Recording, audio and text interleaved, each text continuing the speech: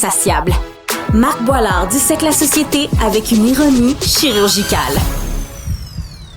Benoît Dutrisac sera de retour jeudi. J'ai l'honneur de le remplacer avec Cybèle Olivier et toute l'équipe jusqu'à mercredi. Et je reçois maintenant Marc Bellemare, avocat ex-ministre de la Justice, qui a écrit dans le Journal de Montréal, Journal de Québec, un article où est-ce qu'à quelque part, il souligne que Marc-Aurèle Nadeau, qui est le bâtonnier du Québec, s'en prend de façon, en tout cas selon M. Bellemare, s'en prend un petit devoir de réserve qui manque. Et puis je suis très curieux de discuter de ça et d'échanger avec lui. Salut Marc. Bonjour, ça va? Oui, vous allez bien? Très bien, très bien. Alors, j'ai lu votre article, c'est tout à fait pertinent, c'est votre droit comme le sien. Mais ce devoir de réserve-là, est-ce que vous pensez qu'il devrait constamment être, voire empêcher le bâtonnier ou quiconque est dans un poste d'ordre professionnel du genre de se prononcer, ou vous trouvez que c'est spécifique à ce que Maître Nadeau fait? Ben, c'est spécifique parce que le bâtonnier est en poste depuis 5 mois et je trouve que le discours dérape là. Parce que, évidemment, il s'attaque à certains projets de loi du gouvernement, les projets de loi 1, 2, 3, là, 1 étant la Constitution du Québec, 2 étant la loi sur les médecins et 3 étant la loi sur les syndicats, en disant qu'il y a une dérive autoritaire, qu'il évoque évidemment ce qui se passe un peu partout en Occident, donc un espèce de virage à droite, un virage populiste, puis il y a comme une sauce moralisatrice dans ce que le bâtonnier avance en disant, ben finalement, on est en train de dériver, puis on est en train de devenir une espèce d'État totalitaire. Alors, il évoque, sans dire que le Québec est comme la Slovaquie puis la Pologne et les États-Unis trumpistes, là, ben, il évoque tout le temps ces pays-là comme si on s'en allait tranquillement vers ça. Ouais. Exactement. Et je trouve que c'est un discours qui est complètement alarmiste, démagogique à la limite. Et je pense que c'est pas le rôle du bâtonnier. Le rôle du bâtonnier, du barreau, c'est de dire au ministre de la Justice, puis au ministre du Travail et au ministre de la Santé, qui pilote ces 3 projets de loi-là, bien écoutez, à tel niveau, il y aurait peut-être un risque, là. Il y aurait peut-être quelque chose à changer. Peut-être qu'à ce niveau-là, il y a des problèmes constitutionnels, peut-être qu'il y a des chartes qui sont visées, mais là, il y a comme une sauce, une espèce de couleur, de menace et de moralisation de la part du bâtonnier, et je pense que c'est pas sa place. Alors, il y a un discours qui m'apparaît relever plus de la politique que du droit. Et dans ce sens-là, je pense que le bâtonnier va trop loin. C'est sa prérogative quand même. Vous reconnaissez, Marc, qu'il a quand même le droit de le faire? Ben, je pense pas. Je pense que sa prérogative, c'est de représenter les 31 000 avocats du Québec.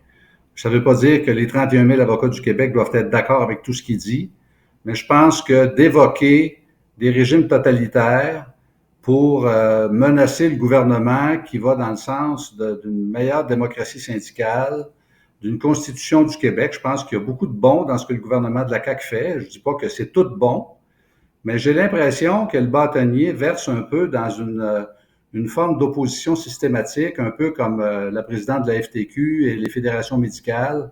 C'est sûr que ça peut être tentant de cogner sur un gouvernement qui est faible dans les sondages, mais en même temps, il faut que ce soit rationnel comme approche. Et je pense qu'ici, le discours du bâtonnier, comme je l'ai dit tantôt, qui réfère à des pays totalitaires, est complètement déplacé. Il fait aussi des mentions par rapport aux syndicats où est-ce qu'il dit, et dites-moi si je me trompe, qu'ouvertement, il pense qu'effectivement, les syndicats peuvent s'impliquer dans des causes sociales qui vont au-delà de juste la négociation d'une convention de travail. Qu'est-ce que vous pensez de ça? Ben, je suis pas d'accord avec ça. Évidemment, la démocratie syndicale, je pense, doit être limitée. Je pense que les membres doivent être impliqués dans toutes sortes de procédures. Et là, le bâtonnier donne un exemple, la contestation qui est faite de la constitutionnalité de la loi 21 sur la laïcité en disant que c'est la job des syndicats de faire ça. Je suis pas d'accord avec ça, bien évidemment. Puis je pense que la plupart des Québécois ne sont pas d'accord avec ça.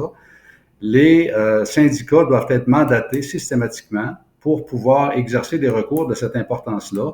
Attaquer une loi au plan constitutionnel, ça implique des millions de dollars, ça implique des sommes importantes qui sont puisées à même des cotisations des membres syndicaux.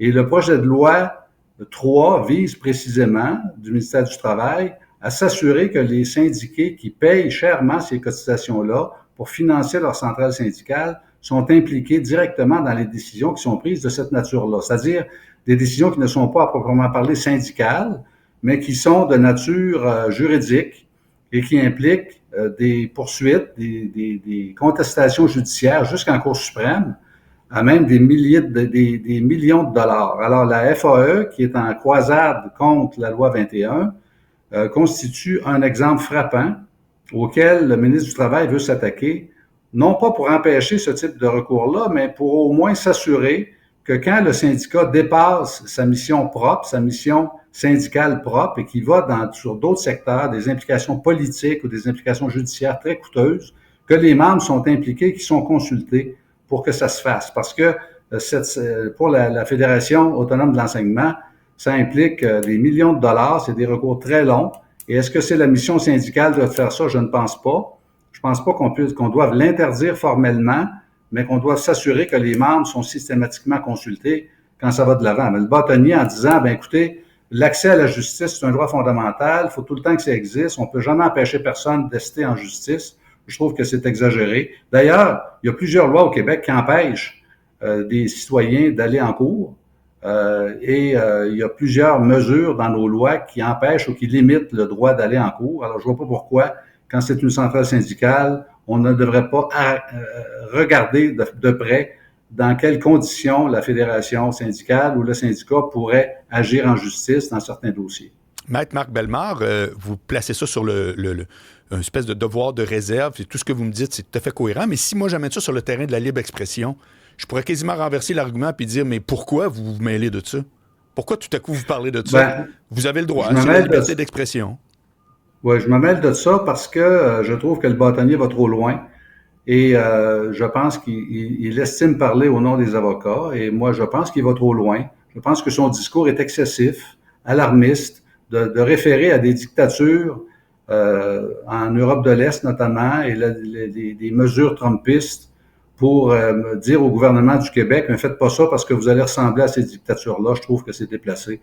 Et le problème du bâtonnier, c'est que lui, il parle au nom des avocats, mais il y a un rapport particulier avec le ministre de la Justice et il doit veiller à ce que les tribunaux soient bien gérés, soient bien administrés, le recrutement de juges, l'aide juridique. Il y a plusieurs dossiers qui sont sur la table auxquels le bâtonnier doit s'adresser avec le ministre de la Justice. Donc, il y a intérêt à garder quand même des relations cordiales avec ce dernier parce que l'important pour nous, c'est que le système judiciaire fonctionne bien au Québec. Ça, c'est un point très intéressant, mais je pense qu'il a quand même le droit de le faire.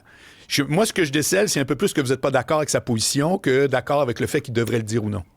Est-ce que je me trompe? Ben, je suis pas d'accord avec l'approche parce que je trouve qu'elle est excessive, alarmiste, démagogique aussi, en référant, comme je le disais tantôt, les mesures prônées par le gouvernement de la CAQ et les associant à des mesures totalitaires. Je pense que c'est totalement déplacé. Et je pense que sur le fond, il y a beaucoup de choses qui sont dites qui sont excessives aussi. Mais sur le fond, il peut bien dire ce qu'il voudra. Il peut s'appuyer sur un certain nombre de comités du barreau pour avancer des propositions, mais il doit le faire de façon courtoise. Et si on veut obtenir des gains du gouvernement, qui est quand même assez bien assis à l'Assemblée nationale avec ses 81 députés, mais il va falloir changer de ton pour obtenir de meilleurs résultats et je l'invite à le faire à partir de maintenant. Ça fait que dans le fond, c'est que c'est pas nécessairement ni le fond ni la forme, c'est que vous pensez qu'il nuit peut-être à son mandat en tant que bâtonnier en faisant une espèce d'attaque comme ça. Grosso modo, si je comprends bien votre point, c'est pour ça que vous avez fait une intervention. Vous avez l'impression, parce que moi, oui, je sens que vous êtes juste en désaccord puis que vous dites « Ah, il devrait pas », mais ça, c'est une autre discussion. Mais dans le fond, ce que vous faites, c'est le bâtonnier ne devrait pas aller se mouiller. C'est un peu comme le livre en France, un président ne devrait pas dire ça, là. Ça fait que ça me fait penser un peu à cette démarche-là. Le bâtonnier doit veiller à ce que le système judiciaire fonctionne bien, à ce que les avocats fonctionnent bien, à ce que les citoyens soient bien servis par le système de justice. Essentiellement, c'est ça sa mission.